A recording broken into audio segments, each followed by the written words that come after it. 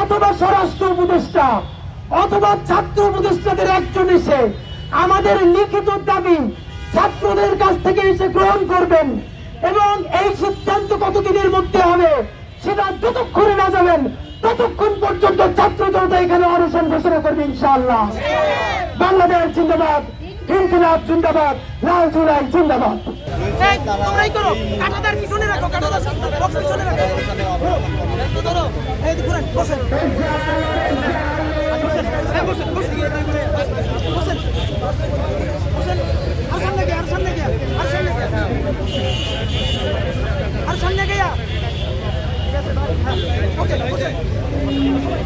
প্রধান উপদেষ্টার কার্যালয়ে গিয়ে আমাদের লিখিত ডকুমেন্ট দিয়ে আসি, এই প্রস্তাব আমরা মানি না।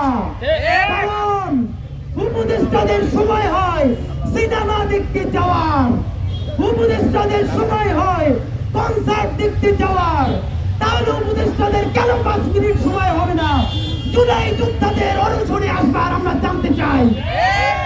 সুতরাং 3টার মধ্যে কোন একজন উপদেষ্টা এখান থেকে এসে ছাত্র জনতার সাথে কথা বলে আমাদের দাবি প্রধান উপদেষ্টার কাছে পৌঁছে দিতে হবে।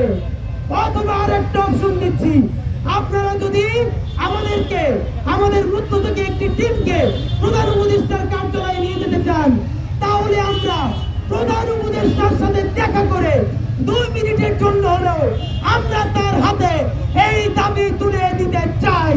তার পরিবর্তে অন্য কারোর সাথে প্রধান উপদেষ্টার কার্যালয়ে আমরা দেখা করব না।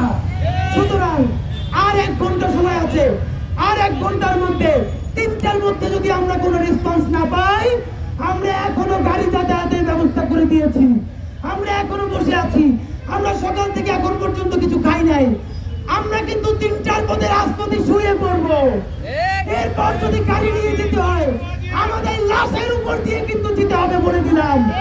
সুতরাং 3টার মধ্যে হয়তো প্রধান উপদেষ্টার সাথে আমাদেরকে দেখা করিয়ে দিবেন, অথবা একজন উপদেষ্টা এখানে এসে আমাদের লিখিত দাবি আপনারা গ্রহণ করবেন।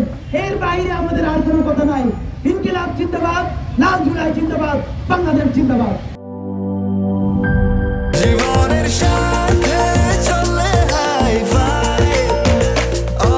স্বাস্থ্যকর অল টাইম, সব সময় অল টাইম হেলদি লাইফ।